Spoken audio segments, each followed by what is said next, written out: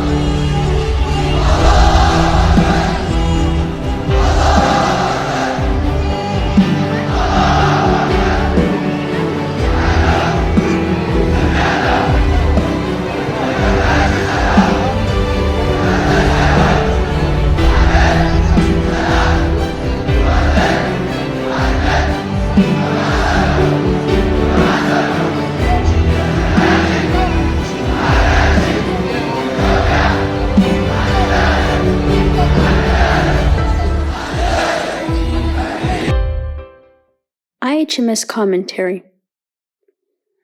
Recent world political events have shown that a leader's cumulative ignorance feeds hate and breeds injustices, as well as arrogance disintegrates a society or a nation.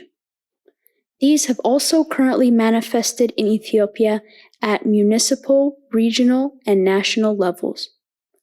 We express our deepest concern and utter condemnation of the appalling and distressing reports regarding the egregious acts of land grabbing, mosque demolishing, discrimination, killings, and religious cleansing that are taking place in Ethiopia today.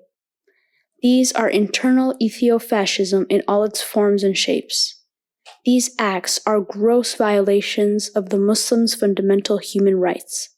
Specifically, we strongly condemn the demolishing of mosques, the land grabbing, and the unlawful seizure of land from marginalized communities, which not only disrupts their livelihoods, but also perpetuates the cycles of poverty and social inequality in the Shigar cities surrounding the political capital of Africa, Addis Ababa. We denounce any actions that resulted in the forced eviction and displacement of individuals and communities, as it undermines their basic human rights, including the right to adequate housing, food security, and dignified life. We utterly denounce the authorities of the Oromo regional state for their discriminatory decisions and heinous acts taking place in Shigar city. Not only violate the fundamental principles of human rights, but also undermines the very fabric of peace, harmony, and coexistence within the diverse people of Ethiopia. No ideology, race, philosophy, and political entity are above Islam. For Muslims, their religion and the house of Allah are above anything and everything. The Oromia authorities must understand that undermining the principles of religious freedom, equality, equity, and coexistence in the name of development and building a new city are paramount to religious and ethnic cleansing and leading to genocide. Avoid repeating mistakes, that is, setting up a time bomb in a diverse society. These authorities must stop hate-mongering, religious discrimination, abusing minorities, and dictatorial acts in the land of multicultural Ethiopia. Multiculturalism is natural. It is a reality in current Ethiopia. Dignify it to build a peaceful Ethiopia. We strongly condemn the deliberate targeting and expulsion of female Muslim students from schools because of their wearing veils, hijab, and Muslim students from praying at schools. These are grave violations of their fundamental right to freedom of religion, belief, and practice.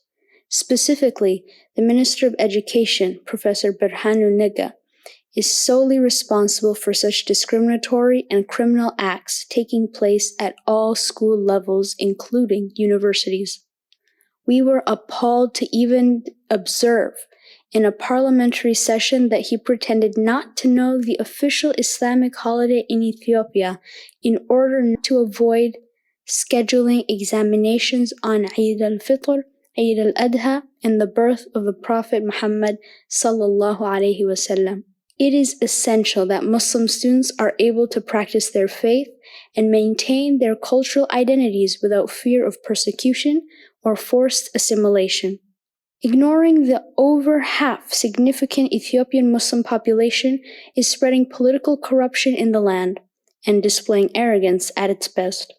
We also categorically denounce the killings of innocent demonstrators who are exercising their natural rights of a peaceful demonstration in protecting their religious rights. The killings, beatings, and incarceration of innocent Muslims during the demonstrations from Anwar Mosque were despicable violations of humanity. Injustices in Sheger City and Addis Ababa are collective injustices in Ethiopia and beyond. Thus, the killings of innocent Muslims not only warrant condemnation by Muslim brothers and sisters in Ethiopia, but also by humanity worldwide. We therefore strongly urge the Ethiopian government to take immediate and decisive actions to put an end to these abuses, violations, discriminations, and grave injustices. We also call upon the government to hold those responsible for perpetrating such inhumane acts accountable. The government must ensure that the rule of law is upheld and that perpetrators of violations, abuses, and injustices are brought to justice. In addition, we urge the Ethiopian government to provide the victims with justice, restitution, compensation, and the means to rebuild their lives. And for each of the 19 mosques demolished, replacement lands with building expenses must be provided with apologies from the Ethiopian government, Oromia Regional State, and the Ministry of Education. We also urge the international community, human rights organizations, Islamic countries and organizations, as well as concerned individuals, to raise their voices against these atrocities and exert pressure on the Ethiopian government to protect the right of its Muslim populations. After all, over 50% of the 120 million Ethiopians are Muslims, and they are indigenous and the DNA of Ethiopia from its inception. We also call upon civil society organizations, human rights defenders, and religious leaders to relentlessly and unequivocally condemn such atrocities. For example, we 100% support the actions taken by the Ethiopian Islamic Affairs Supreme Council, noting that though Ethiopian Broadcasting Corporation, or EBC, is completely silent on such atrocities, the media should unite in raising awareness about the plight of those affected by land grabbing and religious cleansing in Ethiopia. It is our supreme duty. It is only a devil who attacks peace. Islam means peace, and Muslim means a person who completely submits his or her will to the Creator, Allah subhanahu wa ta'ala. For every twist and turn in the world, Islam withstood. It is here and flourishing with no exception in Ethiopia. Finally, we implore the Ethiopian government to foster an inclusive society that cherishes diversity and embraces all its nations, nationalities, and peoples of Ethiopia regardless of their religious or ethnic backgrounds. Dialogue, understanding, and respect should be promoted to bridge divides, promote religious and cultural tolerance to encompass development for all. Otherwise, developing the land without the participation and welfare of the diverse people of Ethiopia is irrelevant and in vain. Our last words for the Muslims. Of course, many non-Islamic institutions and individuals stand by Muslims and defend their rights. Eventually, protecting Islam is still the responsibility and obligation of Muslims around the globe. Beyond condemnation of the abusers and insensitive adversaries of Islam, protecting Islam needs timely courage and organized action in Ethiopia or anywhere. Courage with consistent actions is the most important verities and virtue in protecting Islam.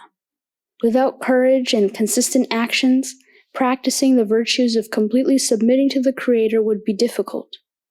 Sit down, listen, and get organized, but stand up, speak, and empower one another continuously to defend Islam, the universal religion of peace. We always stand for peace, justice, and humanity. The IHMS editorial team.